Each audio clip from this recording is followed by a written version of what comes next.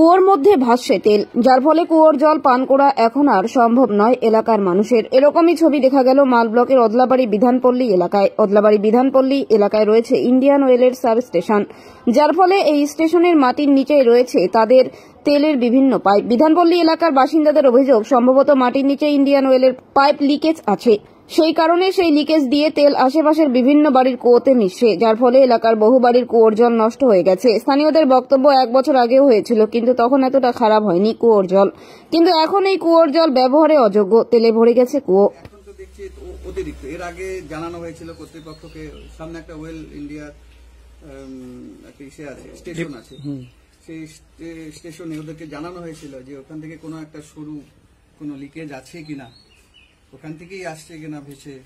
জানানো সত্ত্বেও ওরা, এর আগে দেখেছিলাম যে আমাদের সামনে একটা ছোট্ট নদী আছে, ওখানে একটা লিকেজ হয়েছিল। তো কিন্তু এইভাবে যে এখন তো দেখা যাচ্ছে যে এই বছরটা দেখা যাচ্ছে আরো অনেক বেশি করে।